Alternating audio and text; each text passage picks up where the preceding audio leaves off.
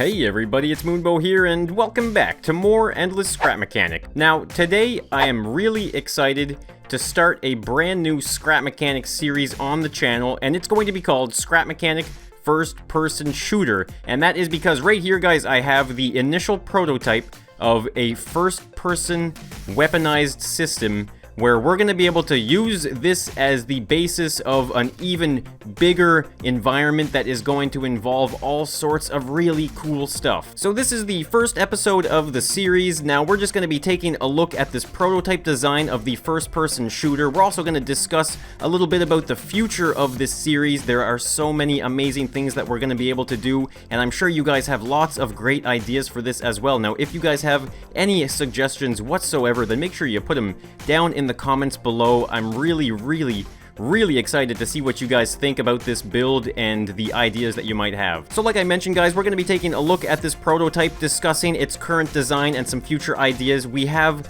a really cool training area right here that we're going to be running to show off what this thing is capable of. And then once we're done with this training area, I'm going to throw out a few of the ideas that I do have just to see what you guys think. Now, there's a lot to check out, so let's get started. Alright guys, so what we have in front of us is the creation that is making this all possible. Now, it is quite a strange build, but I am so happy with the way that it is turning out so far. So now, as you can see, we do have this really awesome rifle up here. Now, this is the primary weapon that I have built so far. I have ideas for future weapons, and it is all mounted to this thing right here. Now, it does look very strange, but if I bring my connection tool out, you guys are going to be able to see a lot more than what's actually there. Now, this is using a combination of lots of different mods, but the main one is the invisible mod, simply because this is running on a wheel system that is all invisible. So when we're in the first person, there's really nothing obstructing our view whatsoever. So if I take my connection tool out, we'll be able to get a much closer look here, and I can explain things a little bit better. Now, this is using the camera control mod. Now, as you can see, we have all sorts of bearings here in the center, and that is what is using the camera control mod, so we can look around. There's also electric motors hooked up to all sorts of wheels for the driving mechanism. There's downward thrusters to make sure we stay pinned to the ground. There's even a gravity modifier to make sure that we don't fly away using those thrusters, and there is even more that I can definitely explain just by looking at it. Now, the one thing that does truly matter is how do you get into it. Now, this block right here is the driver's seat, so we're gonna hop in and look at this guy. So now this is what it looks like from the third person. Now, this is obviously not the intended way that we're supposed to use this creation, but it's definitely interesting to look at it and see what it's like. But now, of course, we're gonna zoom right in to the first person, and look, there it is, guys. That is where the magic happens. Now we have ourselves a first-person rifle, and we can move around by pressing W, A, S, and D. Now, I'm just going to zoom out so I can show you guys what I have going on underneath us here. So as you can see, there is a bright light. Now, the bright light is always going to show in the direction of your W key. And the reason why I did that was because I figured when you're in first person and you're driving around, when your legs get around from you and you don't really know which way they're facing anymore, you can just find the light that is on the ground there, and that is kind of like your indicator. And it's kind of funny, actually. It reminds me of like the field of view of enemies that might have been in like Metal Gear Solid or whatever. You could see what they could see kind of based off of their field of view. So you might have noticed underneath us here we have some rings. Now, these rings are thrusters pinning us to the ground, but they also act as indicators marking the boundaries of your vehicle. So that way, if you're ever driving around in the first person and you're not exactly sure if you can make it around a corner, if you get into the third person really quick, you can remind yourself of the size of this build. Now, the more you use it, the more used to it you get, obviously, and you don't have to rely on that. And I also put the green and red there for a quick indicator on which one was W and which one was S. Now, something that is really good to know is if you ever spawn this into your world and put it on a lift. Now, look at this, guys. You can see all of these thruster particles are there. And let me tell you guys, if you get into the seat, into first person, and you're looking around, I mean, these thrusters are really in the way. Now, a great thing you can do actually is once thrusters turn on, if you go into your options and go into graphics and turn your particles off, obviously now you can see that the thrusters are gone, but because they're still on, if we turn the particles back on again, look at that, we don't see them anymore. And the reason we turn off particles and turn them back on like that is because things like spuds, as well as any other thrusters that you might have, are affected by that. Now, we really do want to see the spuds that we're shooting out of that gun. So one last thing regarding the driving mechanism of this first-person vehicle, you'll notice that when we use the W key, take a look at this, guys. Look, can you see it? We're going up and down. We're kind of like bouncing up and down. Now, if we go into first person, you can see it even better. Look at that, guys. We are bouncing up and down. And the reason for that, of course, was because I wanted to kind of simulate running in a first-person shooter where you actually have like a bit of head bob. And I figured this is probably one of those touches of detail that I find makes this creation. Alright guys, so now it is time for the most exciting part of this build, and it is the rifle that we have equipped. Now, I don't even know where to start explaining this weapon because there is so much going on, but we can press the 1 key to shoot our spuds. We also have a thruster at the end there to simulate muzzle flash. Now, the really cool thing about this is if you press and hold 1, you'll get auto fire, but look at that, guys. There is also recoil, and not only is there recoil, but we're also getting kickback from a thruster suspension setup. So when you press it, look at that, you can see it kicking back in and rising back up. Now, the beauty of that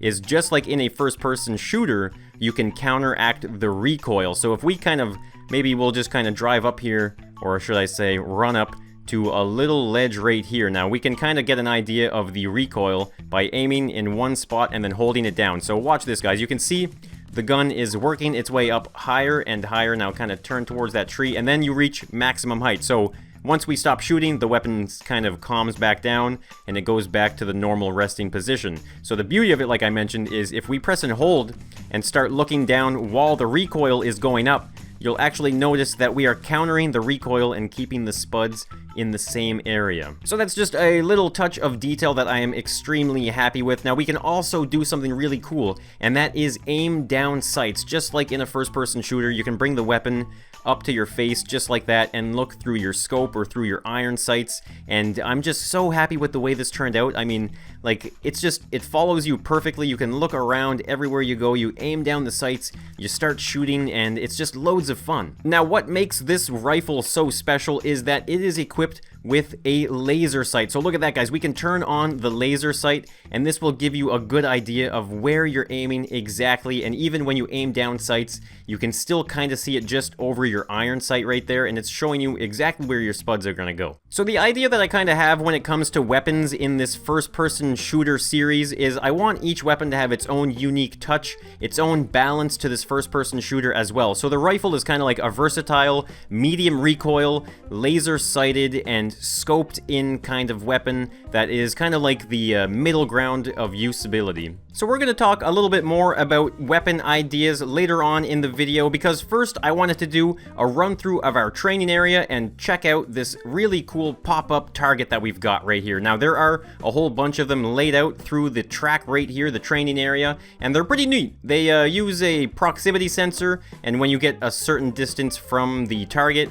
you'll notice that it just pops up like that, and it gives us something to shoot at. Now, this is going to be a good example here because I really did want to show you guys the recoil while it's actually shooting at a destructible target. So what we can do is kind of just hold down 1 here and watch the recoil go. So as you can see, you actually kind of have to compensate for that recoil. But now this target is just too easy, guys. It's obviously just kind of right in front of us here. I think it's time to start the training area, but before we do, guys, I want to show you the best part about this thing. So right now, my 1 key is set to shoot the weapon, and our 2 key is set to aim down sights. But the beauty of this, guys, is we can go into our controls here and check out hotbar item 1 and hotbar item 2. Now what we're going to do is we're going to turn 1 into left mouse button, and we're going to turn 2 into right mouse button. And the reason why we're going to do that is now, just like a first-person shooter, if I click with my left mouse, it is going to shoot the rifle for us, and if I hold down with my right mouse button, it's going to aim down sights. Now this is just like any first-person shooter, guys,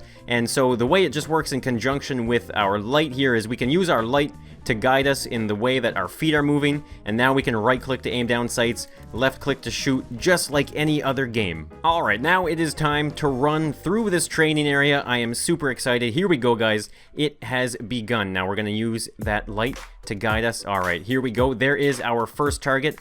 There we go. Right-click, take a few shots at him, just like so. Alright, there we go. So I'm thinking I want to at least get some headshots on these guys before we move on. There's another one in this little building right there. Okay, yeah, that's definitely a couple headshots. All right, now over there, over the hill, guys, look at that. We got a couple more targets there. Now, I can't really get an angle on them, so what we're going to do is we're going to try and climb up this little hill here and show you guys that you can actually climb up stuff pretty well with this. And there we go. Look, they're actually really far, so I'm going to turn on the laser sight for this one. We're just going to take our time. There you go. Look at that, guys. We're getting some easy snipes over here with this rifle.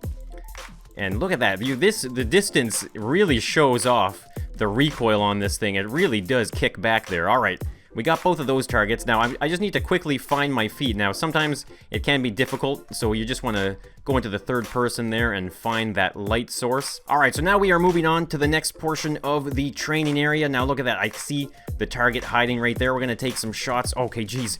The recoil is brutal, guys. You actually do have to kind of stop moving for a second. Oh, two more guys right there. Geez. They kind of just snuck up on me. You know what? I think it's probably better that we just hip fire. Alright, now look over this way, guys. We have some snipers in the tower, so let's get past this tree right here. We're going to keep on running this way, and there we go. Look at this, guys. These guys, they're just kind of like sitting ducks right now, aren't they? Let's get the laser sight because they are actually pretty far. Oh, look at that. So, clearly you can see, guys, there is a balance to this weapon.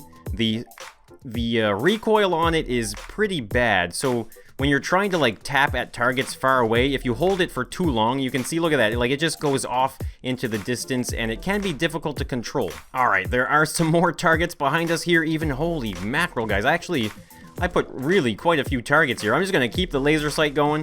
We're going to try and control some weak recoil on that distance shot there. Oh yeah, that was actually pretty satisfying.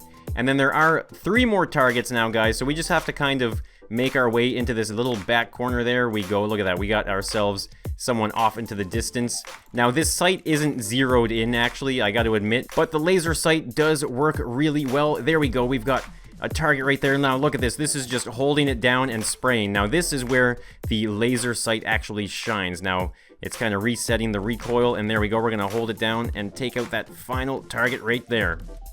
Alright, so now before I end this video, I want to just kind of have a short discussion about the weapon ideas. So this one was the rifle. It's kind of versatile in medium range. It has the laser sight on it, and it has some half-decent recoil. Now, what I was thinking was I could do something like a shotgun that has like a big burst of spuds, but it isn't very quick at shooting. I was thinking maybe like a machine gun, alien guns, I don't know. There's all sorts of different things that we can do, and this is where I wanted to throw it to you guys. Now, if you guys have any ideas for the weapons or the build itself, or maybe even like a map, then let me know down in the comments, guys. What do you want to see next in this brand new series? Now, this is going to be a series that probably comes out once a week on the weekends, and it's going to kind of develop every day like that. So guys, thank you so much for checking out this build. I'm looking forward to hearing what you guys think and your suggestions for the future of the series. Now, if you guys did enjoy this, then make sure you hit that like button, and if you want to tune in to some more endless Scrap Mechanic, then make sure you hit that subscribe button, and maybe even turn on some notifications so you get the latest and the craziest coming from me in Scrap Mechanic. Now, that's all from me, guys, and I'll see you in the next one, so bye for now.